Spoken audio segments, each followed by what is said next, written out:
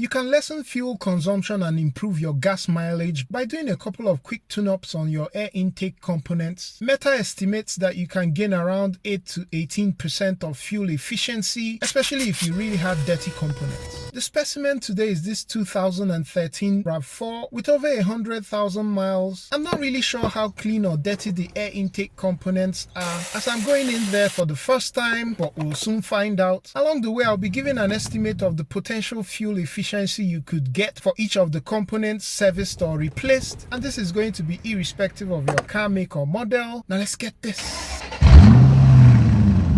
The first part I'll be checking and cleaning on this car is the mass airflow sensor, or the MAF. It's usually located just after the air cleaner element housing. Unplug the electrical connector, remove the two screws holding it down. The MAF sensor is essentially a metering device that measures the amount of air going into the engine. A really dirty MAF sensor will feed incorrect air volume data to the ECU, leading to the wrong amount of fuel being injected into the combustion chamber. This MAF sensor is actually clean, but as a member of Team OCD and for demonstration purposes, I'll just go ahead and clean it anyway. Just be sure to use MAF sensor cleaner or an electric contact cleaner that doesn't leave a residue. Leaving a residue or using the wrong chemical could actually mess up the readings from this sensor. Once done, be sure to allow it to dry and then reinstall. AI estimates that 1 to 3% of fuel efficiency can be gained if this was really dirty. Next in the air intake system up for cleaning is the throttle body, which works in conjunction with the gas pedal to control the volume of air going into the intake manifold and hence into the engine. Getting to the throttle body, you usually have to loosen the clamp attaching the intake hose to the air filter housing, and sometimes you may have to undo the clips for the housing so that you can remove it as one unit. I'll be changing the air cleaner element as well, so let's just remove it for now. You don't necessarily have to take this next step, but just to ensure I have a little more room to work, I'll bring in my AO bend cordless ratchet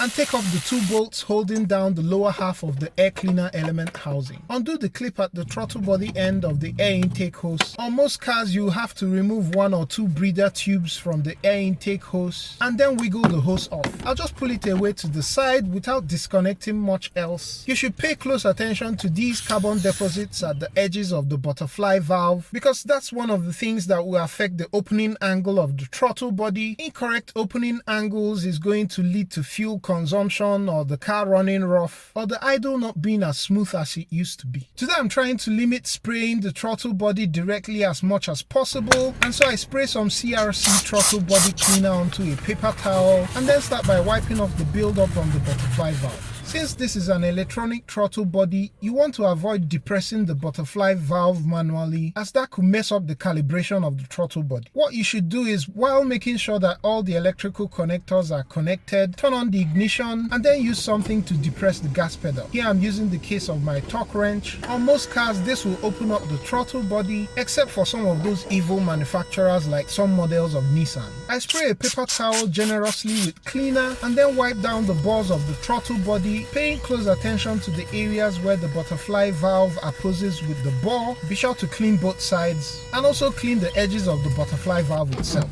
Cleaning is done, and here's the before and the after. You can expect to gain around 2 to 5% in fuel efficiency if your butterfly valve was really being restricted by buildup. Before reinstalling the intake hose, it's good practice to check and clean this end, as that will prevent deposits from falling into the engine. Now to the air filter. Since the lower half of the air filter housing is already out, I'll just give it a proper wash, rinse, dry, and then have it reinstalled to the car. This air filter is really dirty, so I'm glad to be changing it with a new OEM. Just replacing the air cleaner element by itself is estimated to bring back around 5 to 10% in fuel efficiency. Altogether, by just doing these tasks on your air intake, you can expect to gain around 8 to 18% in fuel economy, especially if you really had dirty components that were making the engine to run rich. A caveat that these are just estimates and there are other things that influence fuel consumption, but I think you get the point. All the tools I used are linked in the description down below. Be sure to subscribe and check out other tune-up videos that I have on the channel, and I'll catch you on the next one. Peace!